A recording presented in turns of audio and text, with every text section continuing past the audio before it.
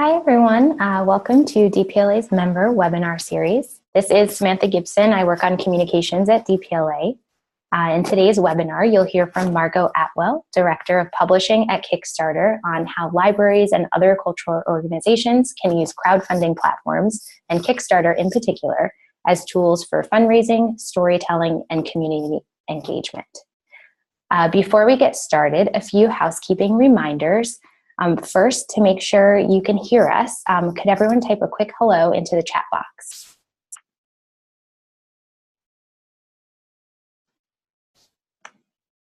Excellent, seeing lots of greetings. The second reminder is that everyone will be muted throughout the session, but please do use the chat box to post questions anytime, and we'll leave time for Q&A at the end.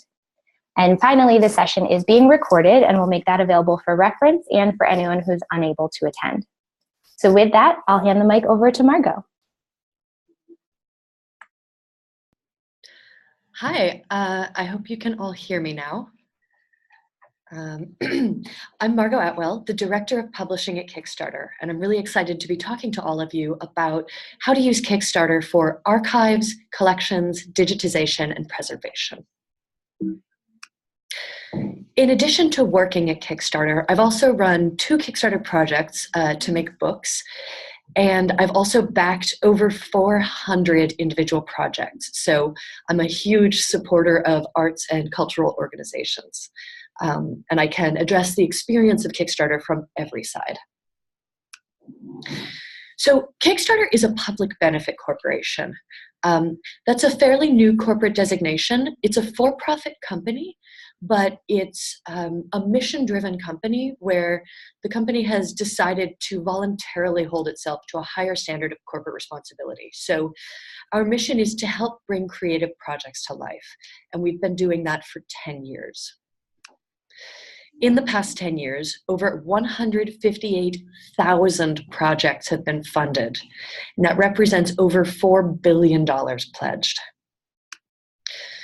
Our backer community is huge and growing. Over 15.8 million people have backed at least one at least one project. And 5 million of those backers have pledged to more than one project. So we've seen that there's a really engaged community of people who pledge to projects again and again and keep coming back to help creative projects grow. We have 15 creative categories and numerous subcategories under them. These are just a few of them. We've also got art, design, and more. So the fundamental premise of Kickstarter is it's a place where you can create something to share with others. And we define that very broadly. So you can create anything as long as it's something that you can share with someone else, whether it's a physical object, an archive, or an experience. I'm going to share a few different projects with you so you can hear about how other people have used this platform in the past. The Royal Voluntary Service from the UK had access to over 300,000 pages of diaries, photographs, and other archival materials from World War II. Most of them were taken on non-archival quality paper or photography paper. And so given how much time has elapsed, all of them were starting to crumble and disappear. So they had a lot of time urgency around digitizing and preserving these incredible materials. They came to Kickstarter and raised over £27,000 from over 700 backers to help them digitize these fragile pages of diaries and photographs. And now they're going to make the archive available to the public. The Holocaust Museum also had access to diaries from the Holocaust. They reached out to their community of people who care about the work they do, and over 5,600 people answered their call.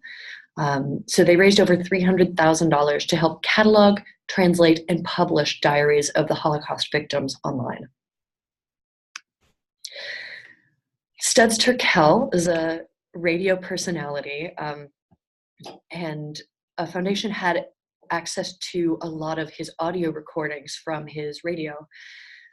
they wanted to digitize that and make it available to the public. And so they came to Kickstarter to tell the story of Studs' work, to connect with a new generation of fans who potentially didn't even know about his work, but would be interested about it if they knew more about it. And over 700 people connected with the project and pledged over $87,000 to help with these efforts. An organization called the Century Guild, it's a gallery and publisher. They raised $48,000 to print a new edition of Alphonse Mucha's Art Nouveau masterpiece, Le Pater, which was out of print. I think only about 500 copies were produced in Mucha's lifetime. So they wanted to produce a new run to give everyone access to this haunting and beautiful work. The Museum of the Moving Image had access to a Jim Henson collection, and they wanted to create an exhibition to help Muppet lovers worldwide gain access to this. So they came to Kickstarter to tell the story about Jim Henson's work and the collection at the Museum of Moving Image. And over 2,000 people pledged to this project to help create a permanent a permanent exhibit at the Museum of the Moving Image. Kickstarter can also be used for conservation. Conservation is a little bit less of a sexy premise, but obviously it's extremely important if you have access to old objects and items. The Smithsonian used Kickstarter to talk about the process of conservation and how important it was, and then also display iconic costumes from The Wizard of Oz. So I can talk a little bit about how Kickstarter works. This is what a project page looks like. It's probably familiar to any of you who have backed a project in the past. Sorry that the play button for the video is over that lovely image, but you get the idea. So you create your project by telling the story of what you're doing on the page. You set an amount of money you need to raise. Kickstarter is an all or nothing platform, which means you must raise at least the minimum goal that you set. Otherwise, nobody's card is charged. You aren't responsible for giving any of your rewards, and we're all sad together. We do this because if you have a minimum that it takes to run a project or archive something or digitize something, if you raise less than that, then that's not a great situation for you or for your backers. So this is really a way to make sure that people plan their projects well, they're open and transparent about what they need and what they need it for, and everyone's on the same page about that. So you set your financial goal, and then you offer rewards to people as a way to entice them to pledge to your project. The reward can be as simple as a digital thank you, or as complex as an invitation to a party or a tour of your archives. And I'll talk a little bit more about rewards in a little bit. So you have your goal amount, you have your rewards, you have your story, and then you have an amount of time. The majority of Kickstarter projects are around 30 days, although they can be up to 60 if you're raising more funds or you want a bit of a longer runway. But we do see that the majority of projects pick around a 30-day mark. And that's the amount of time that you have to raise your stated goal. We say that every Kickstarter project is a story. What that means is it's not just give me money for a thing. It's telling people about what you're doing, why you're doing it, and why they should care about it. I like the idea of using Kickstarter to build visibility for a collection or an archive or a restoration project, because it really gives you an opportunity to tell people why this matters to you and why it should matter to them or even to future generations. And I think that this storytelling, which is such a natural human impulse, is really a great way to connect the potential backers with the project that you're doing. So this is what it would look like if you were browsing the site. As you see on the bottom, there's that Hidden Histories of a Million Wartime Women project. So every project has an image, a title, and a short description that are sort of the little snippet that you see when you're browsing through the site. So those are very important to have a good image, title, and description. The project page can look like this, and it's where you use text, links, video, audio, and more to tell the story of your project. It's important that you talk about who you are, where you are with the project, and talk about why you're using Kickstarter. So what are you potentially using those funds for? It just really gives you space to talk about the work that you're doing. The other parts of the project page are the video, rewards, and project updates. The project video is not required, although we do really recommend it because we see that there's a higher success rate for projects with videos. This is where you tell the story. We see that a great project video is short, personal, and shareable. So it can be voiceover while you show B-rolls of your collection, but it's also great to see a human in that video to give people someone to connect to. It doesn't have to be a Hollywood blockbuster, but it should be a well-shot video with good sound quality and good lighting. As I said, the video should be short because the internet, people have quite short attention spans. Anything over about 2.5 minutes is going to be dragging for people. The premise of the video is getting people excited enough about what you're doing to have them scroll through the rest of the project page. The next element of a project is the project reward. These are tokens or memorabilia or things that you give to people in exchange for backing the project. And as I mentioned before, these don't have to be physical objects, especially for a project with significant public good, like an archival or restoration project. The project rewards can be around the thing you're restoring or archiving. It can be access to the thing you're digitizing. You could also offer a digital PDF of photographs that you're archiving. You could offer postcards if you're digitizing photographs or things like that. I've seen people offer posters as well. And at higher levels, I've seen people give access to tours or Q&A sessions with people who are familiar with the work. The sky's really the limit here, but the best rewards are a way for backers to connect with the work you're doing. And the best rewards also leave you most of the money to do the actual work rather than adding fulfillment costs. We see that the most common pledge level on Kickstarter is about $25, and the tier that generates the most money is about $100. So you want to think about pricing rewards at a variety of levels. You might have a digital reward at $5 or $10, which is just really someone giving you a vote of confidence and a little bit of money to do your thing. You might think about something a little cooler or a little more personal at that $25 level. And then that $100 level, you really want something special that will encourage people to open their hearts and their wallets. And we see that projects that succeed often have around 5 to 7 reward tiers. That's not at all a fixed number, but you just want to think about a variety of different rewards for people who have different means. Once you start your project and people start backing it, you have the ability to send project updates. These both live on the project page and get sent out as emails to all of your backers. There's a lot of different ways to use this tool, and I'll go through a few of these things.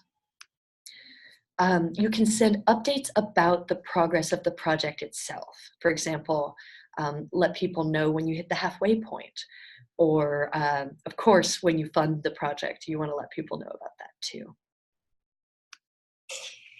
No, not yet. I'm not sure if you can hear this video. This is the Reading Rainbow 30 project. seconds. $1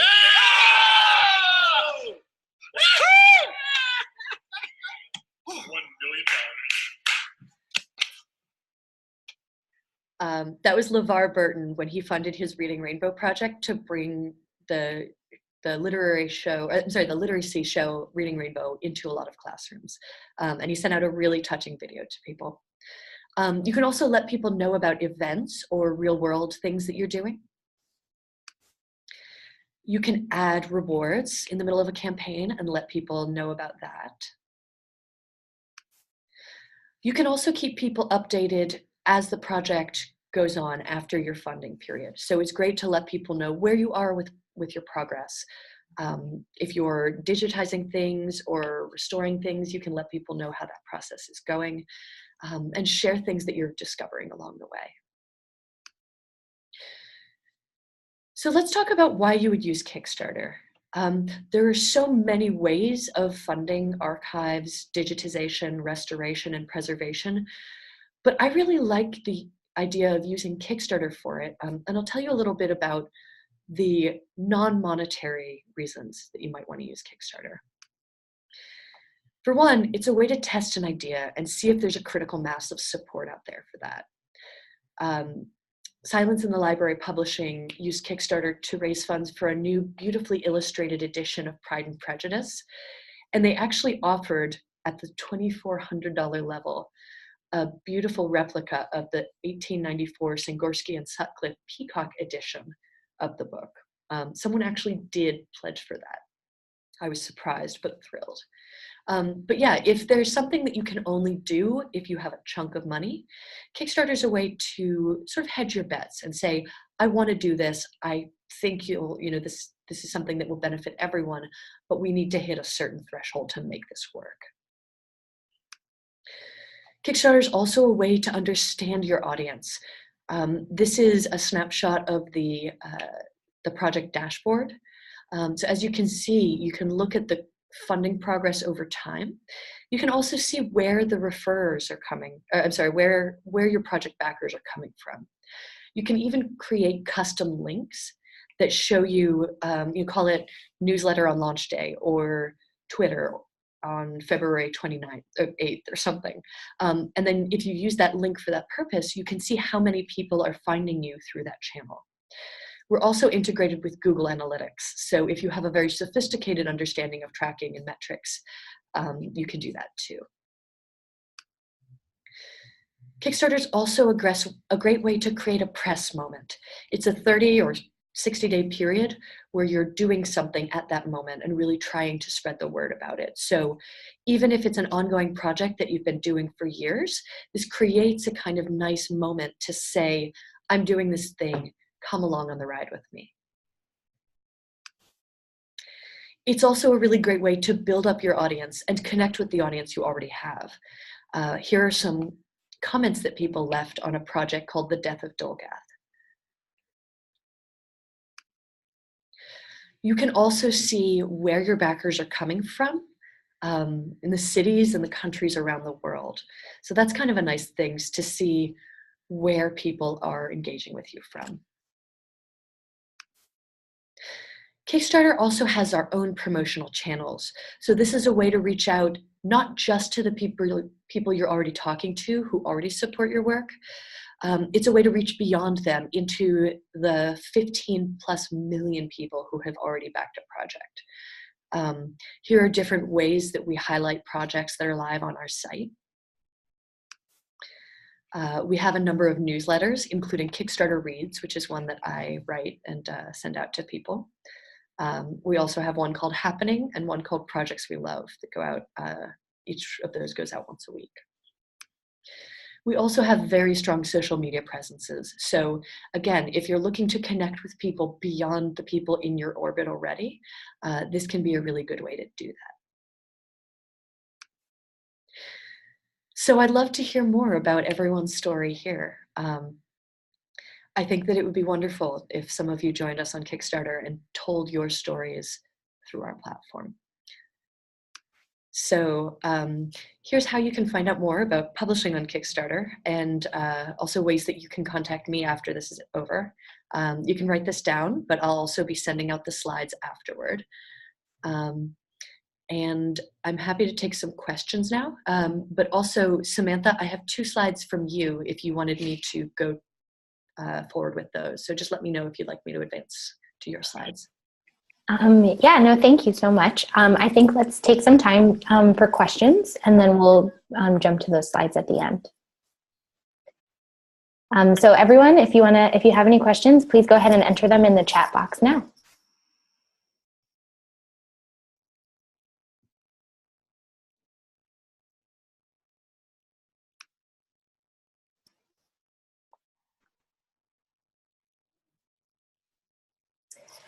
The first question is, will this presentation be available as archives? Yes, so we'll make the recording and the slides available to everyone on the website. Next question, what considerations are there for universities that are governed by an external foundation for fundraising?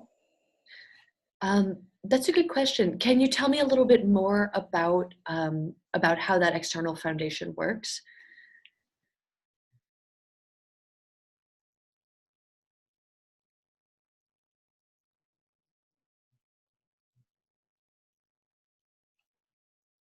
I can say nonprofits can use Kickstarter, and actually you can make pledges tax deductible if that's something that you do as a matter of course for donations. But you don't have to be a nonprofit to use Kickstarter. Okay, so it says our institution is not registered as a nonprofit. All of our fundraising is channeled through the foundation, which is registered as a nonprofit. Or, I'm sorry, is a registered nonprofit. So in that case, I believe that the foundation might need to be the one that that runs the project, but we have a collaborators tool, so the institution could actually collaborate with. Yeah, the individual department could potentially be a collaborator on the project and help run it, but the financial piece of it would be run through that foundation. And I'd be happy to talk with people at your organization if you have specific questions about how that works. But yeah, I think that we definitely see that people will have fiscal sponsors and things like that. So there's a lot of flexibility there. I'm seeing a question from Robin. I'm thinking about using Kickstarter for the public phase of funding a capital project, buying a new bookmobile. Is that appropriate? What is the cost of Kickstarter? This is a local effort. I would love to see a bookmobile project on Kickstarter. Sometimes people will run a Kickstarter campaign and set a goal for part of a project. So, you know, a piece of a capital campaign, something like that. That's absolutely appropriate. I literally created a subcategory called literary spaces for bookstores, libraries, bookmobiles, and more. Kickstarter is free to use, but if your project succeeds, it successfully hits its funding goal, Kickstarter takes 5% of the funds received, and then it's another 3 to 5% for payment processing. So I encourage people to budget that 10% extra into their campaign budget and just put that into the goal so that you make sure that your costs are covered. Yeah, $25,000. It certainly depends on how big your audience is and what your outreach plan is, but I've definitely seen organizations and even bookmobile type projects for in the $10,000 to $30,000 range.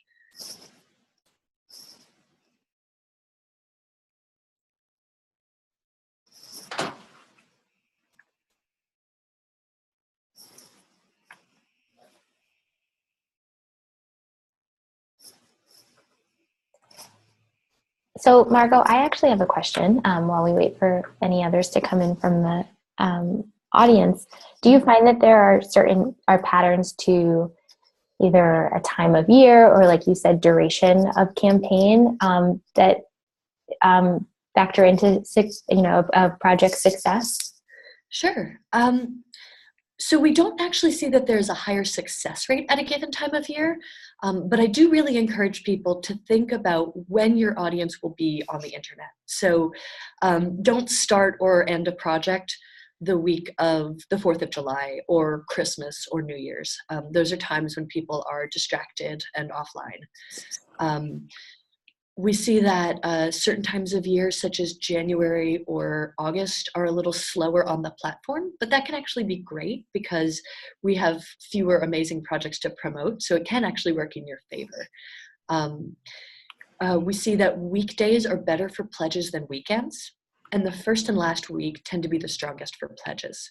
So I usually encourage people to start early in the week on a Monday or a Tuesday, and run at least 4 or 5 weeks worth of weekdays, and then end late in the week, like a Thursday or a Friday. It's really, especially if you've got a bigger goal amount, you might want to run it a little on the longer side, but you want to make sure that you have a way to keep people's energy up and your own energy up in the middle. So having a team that's working on it can be great, or having a matching campaign in the middle. You know, if you have a board member that's willing to throw in $5,000, then that could be something that you launch on week 2 or 3, so that people have an incentive to keep pledging and you keep that activity high. There's nothing harder than having hitting the middle of the campaign and not having hit your goal yet, and then just having the pledges trickle in, because it's not new yet, it's not exciting as much as it was the first week, but it's also not urgently about to end. So that middle, you really want to strategize a lot of ideas for keeping the momentum up. How long from, sorry, I'm reading a question. How long from the completion of the fundraising period until the funds are available? Typically it takes about a week for pledges to be collected, and then another week or 2 for them to be processed by our payment processor. And then I think it can take up to 5 days for it to transfer to your bank. So I encourage people to budget about 3 weeks for pledges, for all that money to be transferred.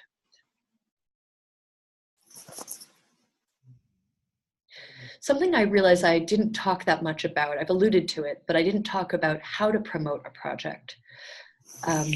So whatever channels you use to communicate with people are going to be great for helping to promote a Kickstarter project.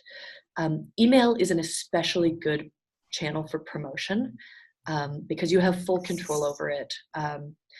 So email newsletters, yours, the larger institutions you're part of, or even partners who are in a similar space, sending out emails to their membership or their supporters is a really great way to get the word out there. Social media, such as Twitter, Instagram, Facebook, and more, is another really great way to spread the word. If you have an in-person space where members are engaging with you, you could literally put up a sign or put out flyers with a shortened link to your campaign to get people's attention there. You can also host an event as a launch party, or more like a wrap party or something in the middle, as a way to engage with people, tell them more about the story of what you're doing. You could have a speaker there talking about the project. You could even show people the actual materials that you're archiving, digitizing, or restoring. So there's lots of creative ways to get the word out about your project. You can also partner with local, regional, and even, depending on your scale, national press.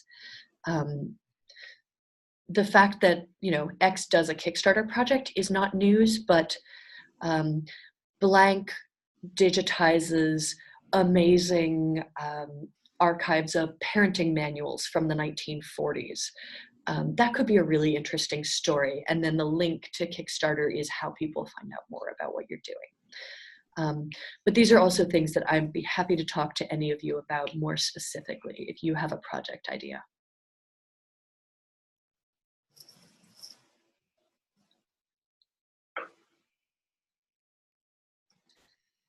If there are any other questions, I'm happy to answer those now.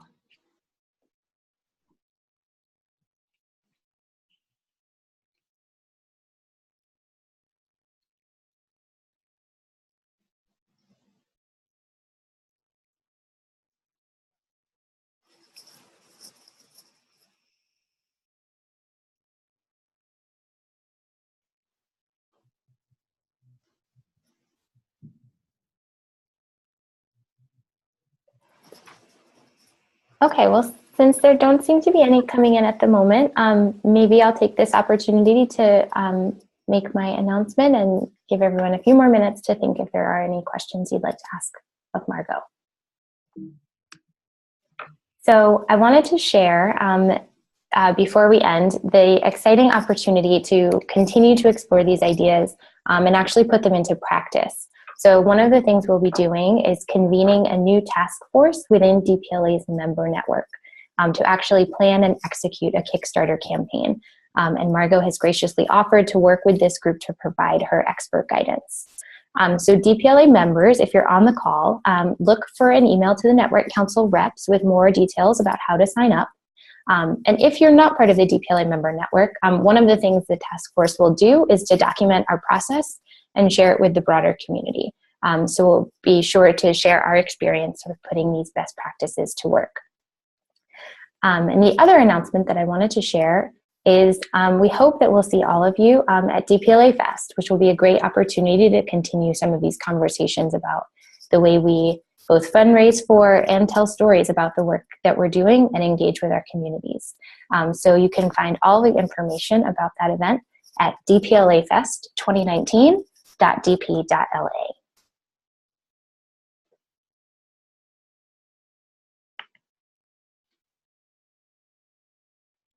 Any last questions before we wrap up?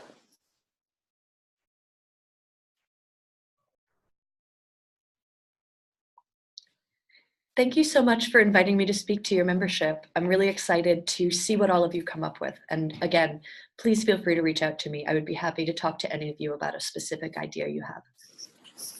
Great, thank you so much, Margot. And yeah, let's consider this the beginning of a conversation.